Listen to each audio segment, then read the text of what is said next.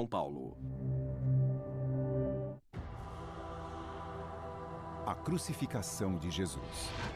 Um dos eventos mais importantes da história e um dos maiores mistérios da ciência. Após 2000 anos, a causa exata da morte de Jesus é desconhecida. Nós conhecemos a história, mas não sabemos muito sobre a morte dele. Como Jesus morreu? Foi por asfixia? Resultado da tortura? Agora, um homem parte em busca de uma resposta. O que, por quê e como? Isso me intriga. Passo a passo, o patologista forense Michael Hunter recria o último dia de Jesus usando tecnologia de ponta.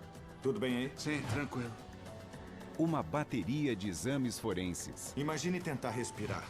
E novas descobertas arqueológicas. Nós precisamos de uma evidência. Para finalmente desvendar o enigma da crucificação.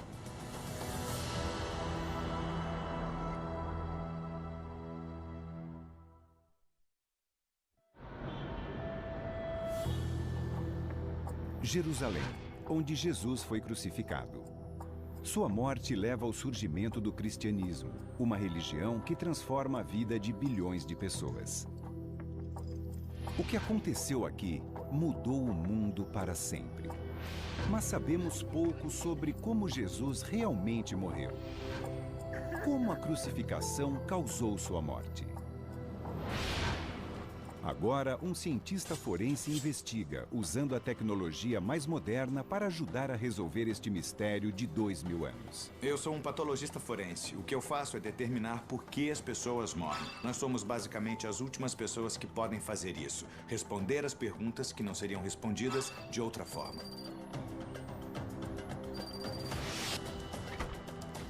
O Dr. Michael Hunter, um renomado patologista americano, já realizou mais de 3.000 exames pós-morte.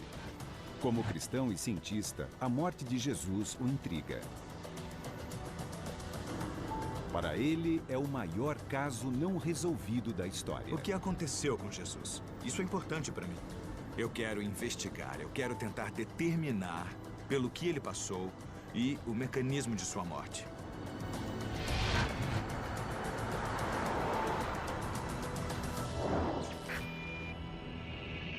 Sua investigação começa aqui em Jerusalém, na Igreja do Santo Sepulcro, onde os cristãos acreditam que Jesus foi crucificado, enterrado e depois ressuscitou.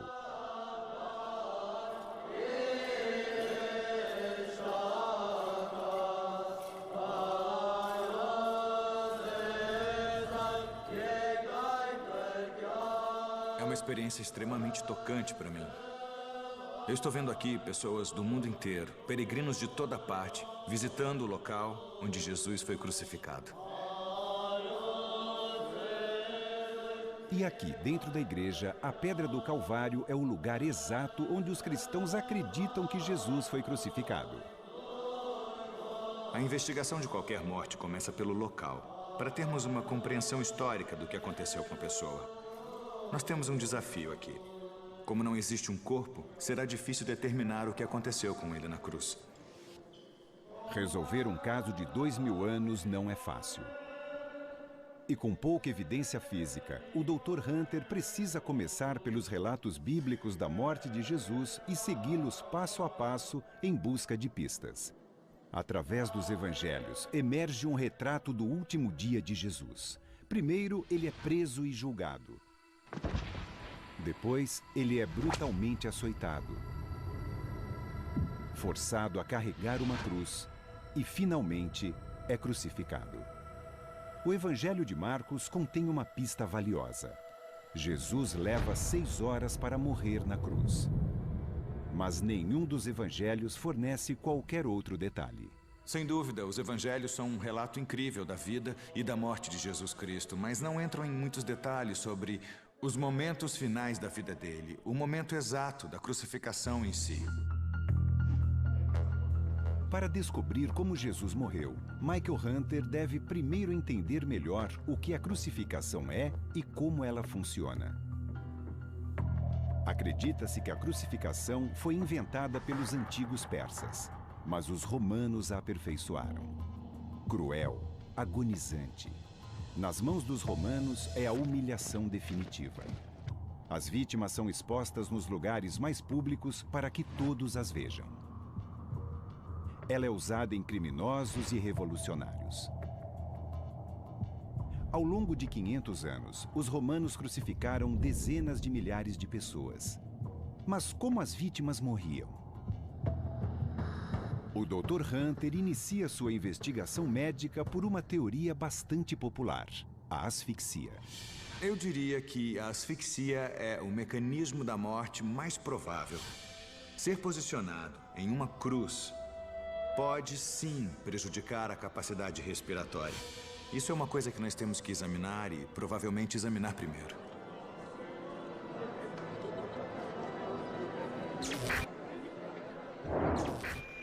Michael Hunter viaja de Jerusalém para Batesville, no Mississippi.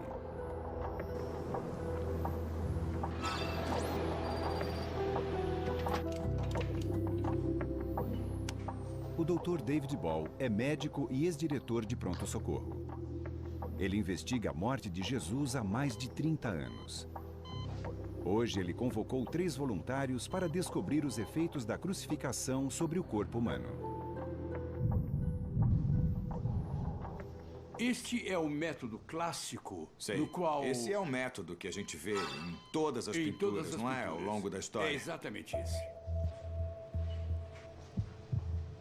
Os voluntários são suspensos em uma cruz de 2,40 metros por 1,80 na posição em que Jesus teria sido crucificado. Monitorando a frequência cardíaca, a concentração de oxigênio no sangue, a quantidade de ar inalada e a frequência respiratória, o Dr. Ball monitora exatamente como cada voluntário está absorvendo e processando o oxigênio. Lee, como está? Tem alguma coisa doendo? Tem sim, as pernas. E especialmente os ombros, parece que eles saíram do lugar. Tá. Enquanto der, aguenta firme. Você consegue mais? Sem problema. Tá bom. Eu quero que você aguente o quanto der, Tá. não exagere. O equipamento de emergência está à mão caso algo dê errado. Tudo bem aí? Sim, tudo bem. Mas eu tô no limite. Tá bom. Onde dói? Nos braços e nas pernas. Os braços estão pesados. Certo. Ele está sofrendo bastante. Há quanto tempo ele está aí? Ele está aí há pouco mais de 5 minutos. Em minutos, o equipamento de monitoração revela que o sangue dos voluntários transporta cada vez menos oxigênio pelo corpo. Para compensar, o coração tem que bater mais rápido. O pulso dele está acelerando. E a saturação está caindo? Caiu. Estava em 98% e caiu para 91% depois de alguns minutos. A respiração A subiu. respiração acelerou bastante. 24, 25. Há quanto tempo ele está aí? 5 5 minutos. minutos. Com o passar do tempo, os voluntários têm dificuldade para achar uma posição suportável na cruz. O pulso e a frequência respiratória mudam dramaticamente. O pulso está em 150, 160. Estas alterações podem ser os sinais de asfixia através da crucificação que Michael Hunter está procurando.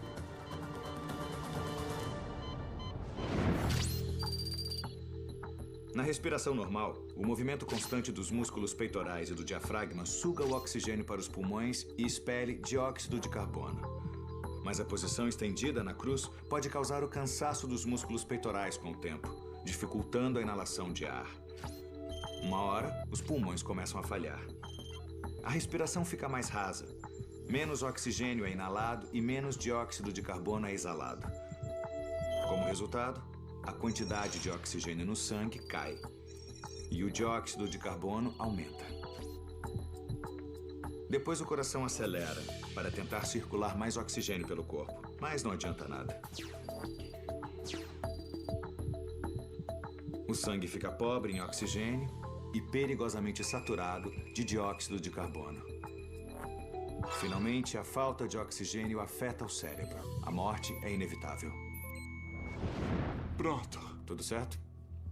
Foi isso que os voluntários começaram a sentir?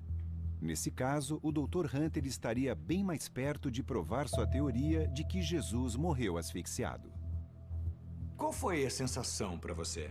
foi que a respiração, ela não estava tão ruim. Foram as coxas, Sei. cãibras, dor extrema. Mas você sentiu que estava perdendo ar ou foi Não, mais não, a respiração. Foram mais os braços. Ele está suando, ele fez esforço, está cansado, está exausto, mas não está sem ar. Não há alargamento das narinas, ele não está respirando com dificuldade nem pela boca, ele está bem. Os voluntários chegam ao seu limite. O tempo médio é 8 minutos. A respiração não parece ter sido afetada após um período tão curto. Ainda assim, fazendo os cálculos, é possível determinar se e quando a morte resultaria da privação de oxigênio. Pelos estudos que fizemos e medindo o nível de oxigênio no sangue, podemos extrapolar e dizer que em algum momento mais para frente haveria alguma Então dificuldade. pode ser um componente, mas... Exato. Um componente que só faz diferença mais tarde no processo de crucificação. Bem depois no processo. Então, se esse é realmente o caso, nós temos que pensar em outros mecanismos. A asfixia está praticamente descartada. Totalmente descartada. Em Jerusalém, o patologista forense Michael Hunter está investigando como Jesus morreu. Experimentos sugerem que a asfixia por crucificação levaria de 18 a 24 horas. Mas os evangelhos afirmam que Jesus morreu em apenas 6 horas. O Dr. Hunter tem que considerar a possibilidade de que a morte de Jesus teve outra causa. E ele também precisa saber o quanto pode confiar nos evangelhos como evidência forense. Por isso, ele está no Templo do Livro em Jerusalém, lar dos pergaminhos do Mar Morto. Os textos bíblicos mais antigos já descobertos são da Bíblia hebraica, o Velho Testamento. Mas são vitais para o entendimento dos evangelhos no Novo Testamento. No laboratório de preservação dos pergaminhos, ele encontra uma especialista no Novo Testamento, Paula Fredriksen. Existe alguma discussão nos evangelhos sobre quanto tempo Jesus permaneceu na cruz? Será que eu posso confiar nesses dados? É o que os evangelhos dizem? Estes evangelhos não são depoimentos de testemunhas oculares. Então não dá para saber. Não são transcrições e não são jornalismo. Os evangelhos têm os nomes de 4 dos primeiros seguidores de Jesus. Os apóstolos Mateus e João, presentes na última ceia, e os evangelistas Marcos e Lucas. Mas hoje a evidência sugere que eles não são os verdadeiros autores dos textos. O evangelho mais antigo seria o de Marcos. Por causa de evidências históricas no texto, acredita-se que ele tenha sido escrito por volta de 70 depois de Cristo. Jesus deve ter morrido com pouco mais de 30 anos, então existe um intervalo de quase 40 anos entre a morte de Jesus e o registro mais antigo que temos sobre a história da morte de Jesus. Eu estou surpreso, porque eu achava que os evangelhos representassem relatos testemunhais da crucificação. É muito difícil encarar os evangelhos como a verdade absoluta. Não são relatos de testemunhas oculares. Por exemplo, o Evangelho de João diz que os romanos quebravam as pernas dos crucificados. Mas com Jesus, eles cravam uma lança em seu torso. A professora Fredriksen acredita que esta passagem do Evangelho foi tirada do Velho Testamento. Estes fragmentos são trechos de um pergaminho do profeta Zacarias. Está vendo essa letra grande, o Men? Aqui a letra M em hebraico. Podemos ver a letra T em hebraico. Temos um Bet, Davi. Nossa. E isso combina com o que aparece como uma frase completa na Bíblia hebraica. Zacarias foi um profeta judeu que viveu 600 anos antes de Jesus. Ele profetiza a chegada do Messias. E em uma passagem que descreve o sofrimento do Messias, Zacarias afirma que ele é transpassado. Traduzindo, ele diz que olharão para aquele a quem transpassaram. Transpassaram. Isso é muito parecido com o que nós lemos em João, quando Jesus é transpassado na cruz durante a crucificação. É exatamente isso, mas a profecia é centenas de anos mais antiga do que a morte de Jesus. De acordo com essa visão, a história do Evangelho de que Jesus foi ferido com uma lança teria sido escrita principalmente para que Jesus cumprisse uma profecia sobre a vinda do Messias judeu. Ela não seria uma descrição precisa do que aconteceu com Jesus na cruz. A minha investigação, neste momento, está começando a encontrar alguns obstáculos. Sabe, inicialmente eu pensei em encarar o Evangelho como a verdade factual absoluta.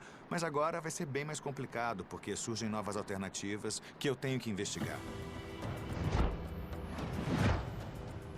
Hunter não pode presumir que os evangelhos sejam relatos factuais, mas contêm muitos detalhes históricos. Ele pode usá-los, mas sabe que precisa de mais evidências para corroborar estas versões ao recriar passo a passo o último dia de Jesus. A investigação o traz até aqui, o Jardim de Getsemane, onde, de acordo com os evangelhos, Jesus esteve na noite anterior à sua morte. No Evangelho de Lucas, o Dr. Hunter encontra uma possível pista. Ele afirma que Jesus transpira em profusão e que seu suor é como sangue caindo no solo. Poderia esta passagem do Evangelho estar descrevendo um problema médico real? É uma possibilidade para o Dr. Hunter. Sob a pele, nós temos até 3 milhões de pequenas glândulas produzindo suor. O suor é feito de água, sais e aminoácidos. Cada glândula sudorípara é cercada por vasos sanguíneos microscópicos. Quando sofremos estresse emocional, o fluxo sanguíneo nesses vasos aumenta. Em casos extremos, acredita-se que estes vasos podem se romper. Então, o sangue vaza para as glândulas sudoríparas e sobe até a superfície da pele. O resultado é que a pele parece estar transpirando sangue. É uma condição chamada hematidrose. A hematidrose acontece, mas é extremamente rara. Pode parecer muito preocupante, mas os casos não são associados à morte. Mas pode contribuir, porque ocorre a perda de suor e alguma perda de sangue, o que pode causar desidratação. Desidratação por perda de sangue e fluidos. Michael Hunter pode ter a primeira pista verdadeira em sua investigação sobre a morte de Jesus. É muito melhor.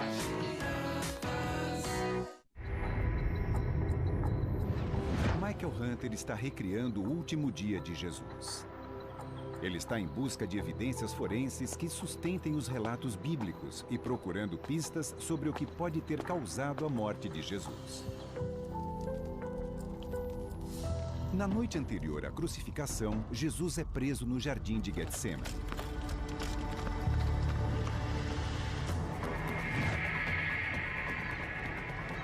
Um de seus discípulos, Judas Iscariotes, o identifica às autoridades com um beijo.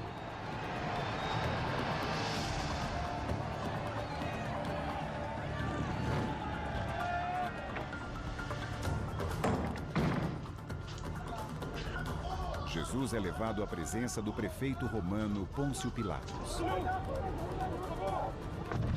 Ele é acusado de sedição por supostamente alegar ser o rei dos judeus.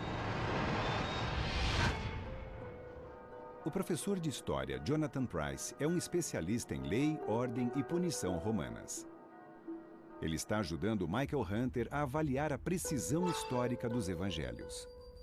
Esta igreja marca o lugar onde, segundo a tradição, Jesus foi julgado diante do prefeito romano, Pilatos. O evangelho diz que Jesus foi condenado à morte por crucificação, mas antes ele deve ser flagelado ou brutalmente chicoteado. De acordo com o que nós sabemos, é provável que Jesus tenha sido chicoteado? Sim, a flagelação era parte integral da pena de crucificação. Uma humilhação pública, uma demonstração clara da posição de autoridade romana sobre um criminoso comum.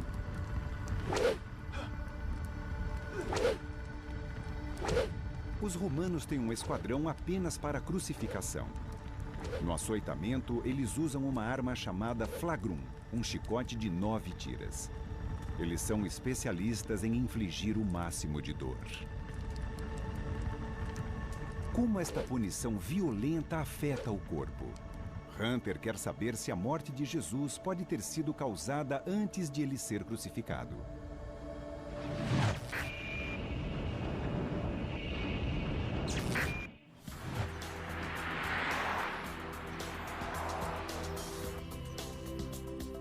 Ele recorre à doutora Heather Walsh Heaney, uma antropóloga forense da Universidade de Gulf Coast, na Flórida.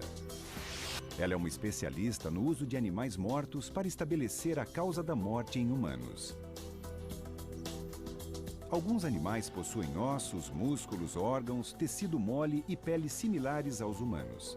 Então, podem ser usados como substitutos em experimentos forenses. Eu já tive casos de relevância forense, nos quais objetos cortantes foram usados em seres humanos para brutalizá-los, para desmembrá-los, para cortar a cabeça, os membros, o que for. E eu reproduzi esse tipo de trauma. Então, este trabalho com exemplares é muito importante. Michael Hunter já consultou a doutora Walsh em outros casos forenses. Mas o sucesso deste experimento exige uma pesquisa histórica minuciosa sobre as armas usadas na flagelação.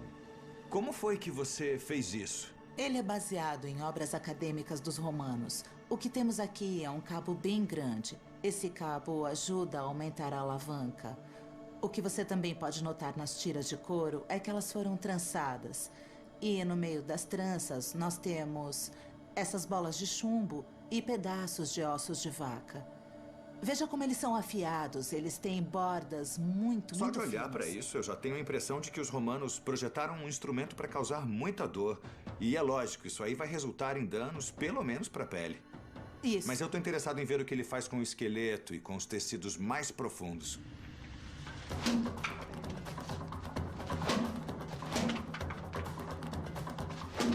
Não existem registros de quantas chicotadas os romanos aplicavam. Mas outras fontes antigas registram 40. Mais 3, Austin. Que danos 40 golpes causariam? Certo. Imediatamente, uma das coisas que eu noto é que não há sangue na superfície. Mas se fosse uma pessoa viva, estes ferimentos causariam um sangramento enorme. A outra coisa que vemos logo de cara são todas essas perfurações. Exato. Olha, vai ser bem interessante ver como é que a caixa torácica ficou desse lado.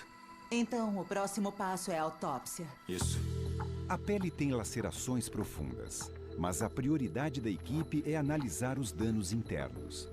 Michael Hunter já realizou milhares de autópsias humanas em busca da causa da morte. Agora, a autópsia de um animal pode lhe dar a pista que tanto procura.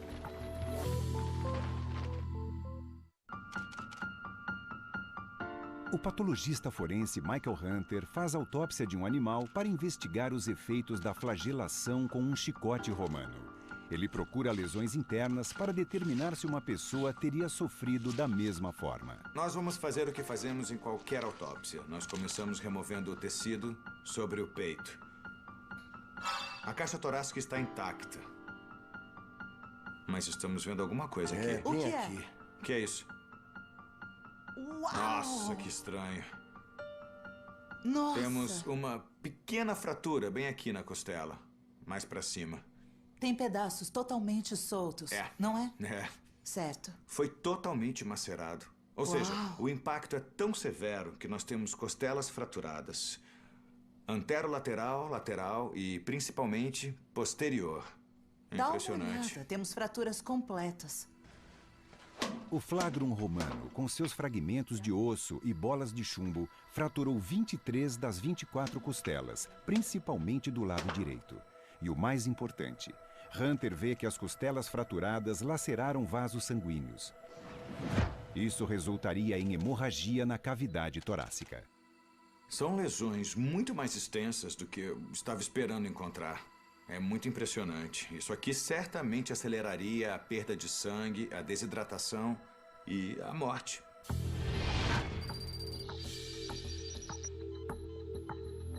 Se fosse um ser humano, As lascas de costela penetrariam a cavidade torácica e perfurariam os pulmões.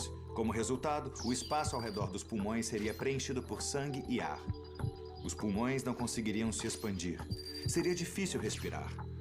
O volume de sangue rico em oxigênio circulando pelo corpo cairia dramaticamente. Quando existe uma perda de 40%, há o risco de falência múltipla dos órgãos. Uma condição chamada choque hipovolêmico. O experimento revela a Hunter que a flagelação pode matar. Ele acredita que os romanos deviam saber exatamente quantas chicotadas administrar para que a vítima não morresse.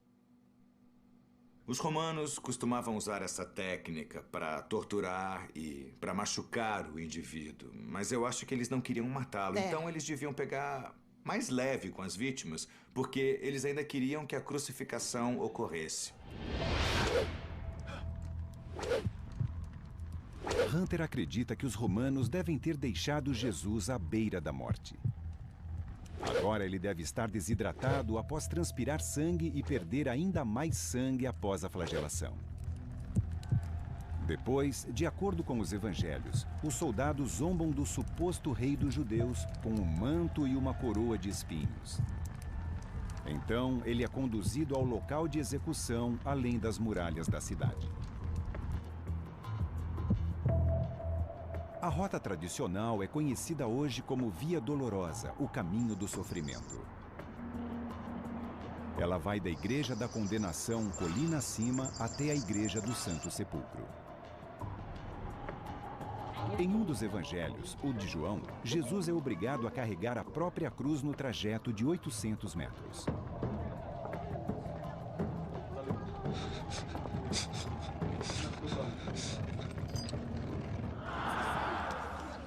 Para o historiador Jonathan Price, é muito provável que a história seja verdadeira. O fato de os prisioneiros condenados à crucificação terem de carregar a própria cruz é confirmado por outras fontes. É a parte da história da paixão que realmente possui uma base histórica sólida.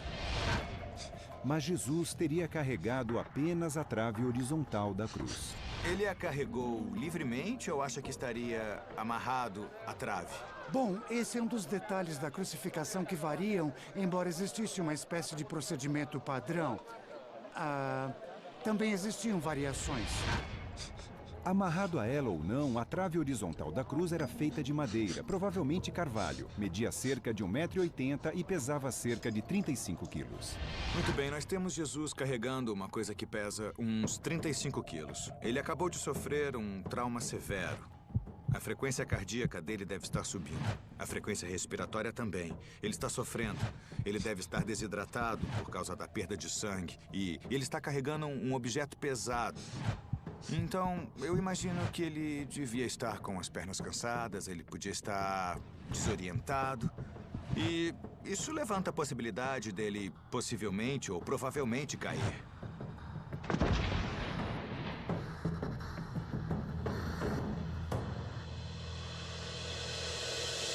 O fato dele ter caído é muito plausível e realista. A tradição cristã registra 3 vezes. Na verdade, este é o lugar onde ele teria caído pela última vez. E eu imagino que essa queda não tenha sido uma queda interrompida, em que ele usou as mãos para reduzir o impacto. Ele pode ter sofrido lesões faciais e lesões adicionais no peito.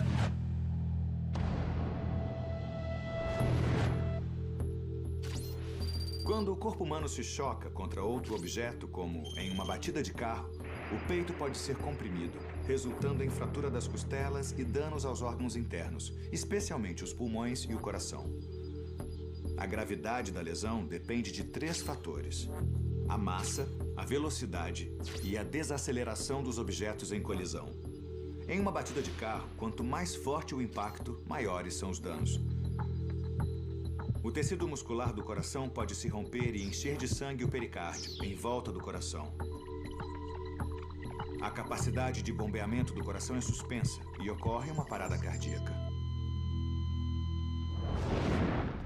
Hunter acredita que o coração e os pulmões de Jesus já estão sob enorme pressão após os ferimentos da flagelação. Agora ele quer investigar que danos uma queda com um peso de 35 quilos causaria.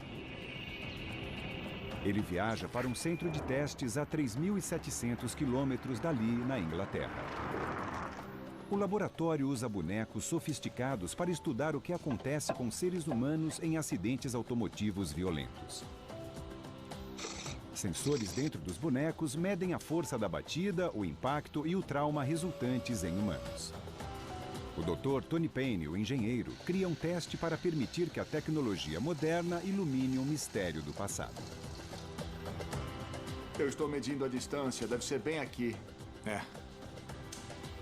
Isso deve dar uma velocidade de impacto de uns 3,5, 4 metros por segundo. Agora ele está inclinado. Sem dúvida, desta posição, ele vai ser puxado para frente. Ele vai cair para frente, não é? O impacto vai ser no peito e na cabeça. E cabeça.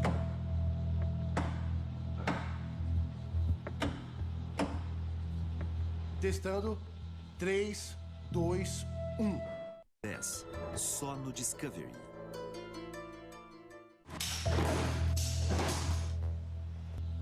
O Dr. Michael Hunter está investigando a morte de Jesus. Parece que ele sofreu um impacto forte no peito.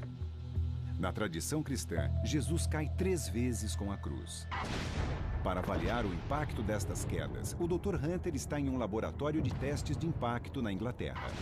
Com as mãos atadas à trave, o boneco cai aproximadamente da mesma altura e ângulo de Jesus e carregando o mesmo peso.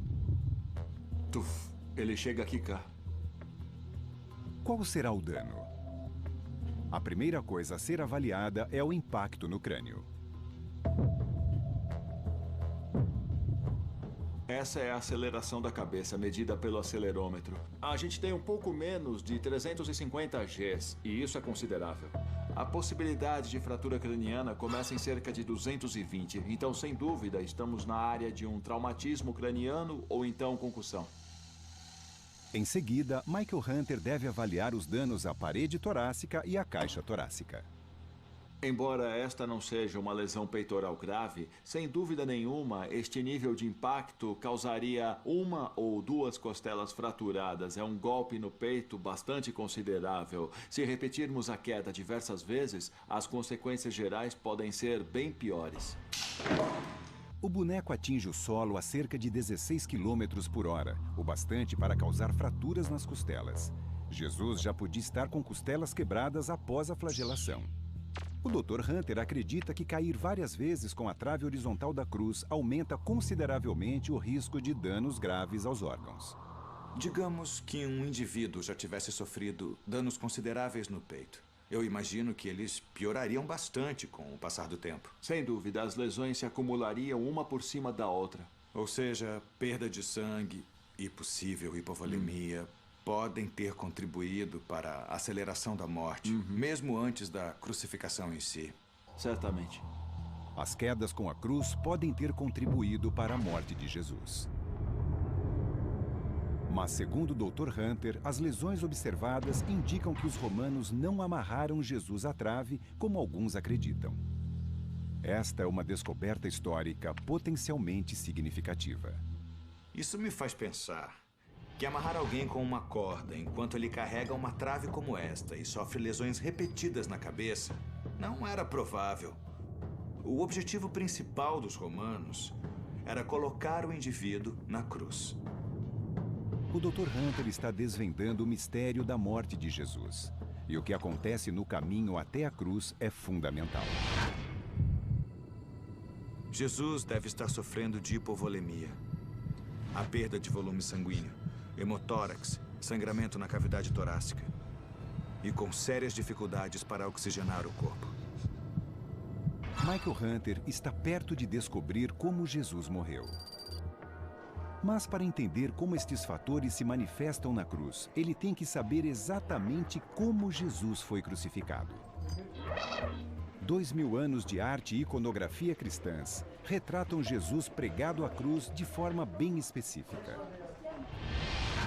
com os braços abertos e os pés unidos. Mas ele foi crucificado desta forma? E que efeito a posição de Jesus na cruz teve sobre a causa de sua morte? É quase impossível encontrar evidências físicas de uma crucificação. A madeira apodrece e os pregos de ferro teriam sido removidos e reciclados ou levados como amuletos da sorte. Mas Michael Hunter está na Universidade de Tel Aviv, em Israel. Aqui, o professor de antropologia forense Israel Hershkovitz fez uma descoberta notável. Seus segredos ficam aqui, é? É um dos momentos mais dramáticos. Aqui temos o osso do calcanhar. É um osso do calcanhar com um prego de crucificação atravessado. Descoberto em uma tumba em Jerusalém, ele data da época de Jesus. É a primeira evidência direta de crucificação já encontrada. É um típico prego romano, sabe? Com a cabeça grande e redonda, como podemos ver aqui. E dá para ver que o prego entra pelo lado do osso e não pela frente. Certo.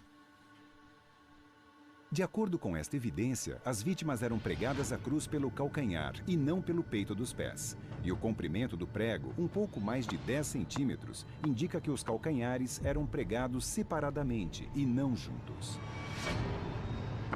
A cruz ficava entre as pernas das vítimas de crucificação. É uma pista notável sobre como exatamente Jesus pode ter sido crucificado. Com 2 pregos, cada calcanhar é pregado separadamente. Separadamente. A análise forense do professor Hershkovitz desta evidência arqueológica contesta a ideia tradicional de como Jesus foi pregado à cruz. Michael Hunter é forçado a repensar como exatamente Jesus morreu. 10. Só no Discovery. O Dr. Michael Hunter está examinando uma descoberta única. O calcanhar trespassado por um prego de um homem crucificado. Ele mostra que por 2000 anos, os cristãos vêm imaginando Cristo na posição errada na cruz.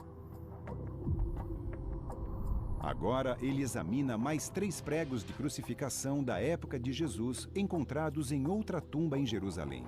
Os únicos pregos de mãos já descobertos. Isso é muito raro, porque ninguém sabe da existência de outro conjunto de pregos.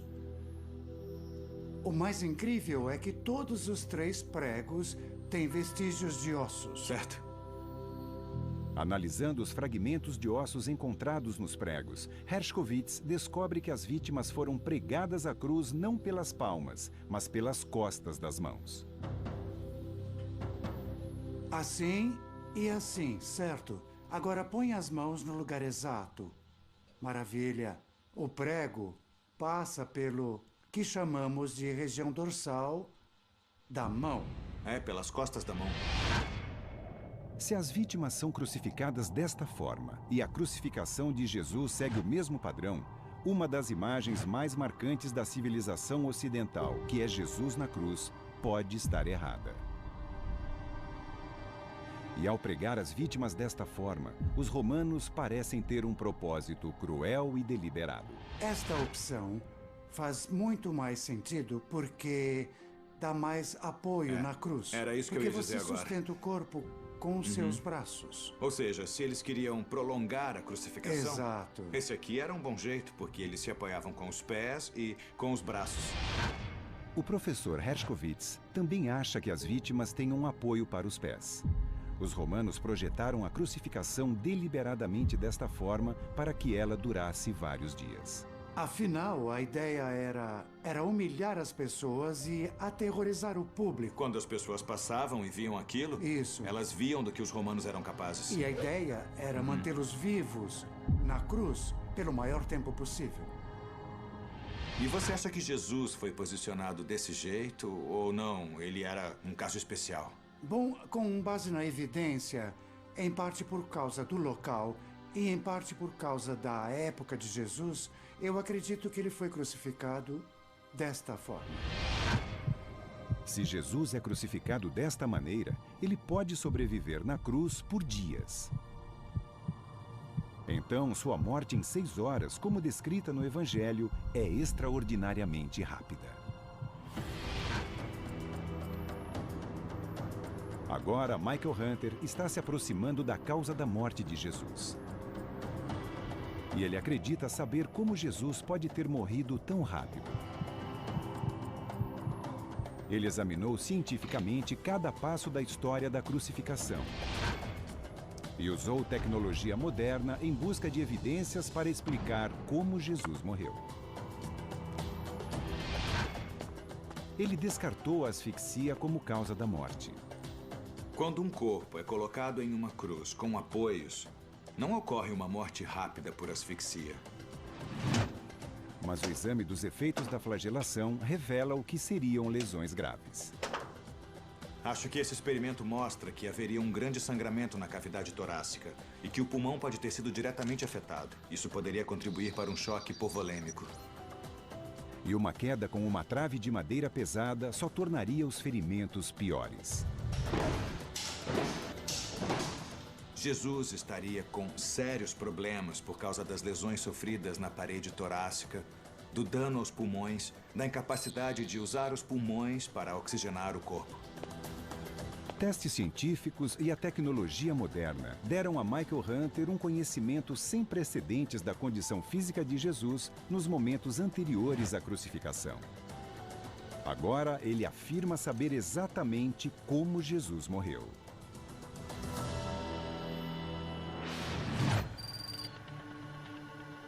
Eu acredito que Jesus está desidratado devido à transpiração excessiva, sangramento externo e falta de ingestão de fluidos.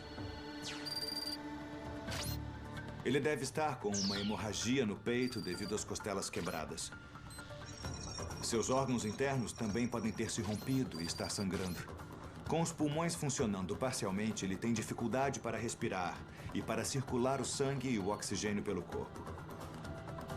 Depois de perder 20% do sangue, ele começa a entrar em hipovolemia.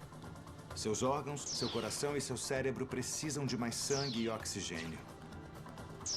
O choque hipovolêmico, resultando em falência respiratória e parada cardíaca, explica como Jesus pode ter morrido depois de 6 horas na cruz.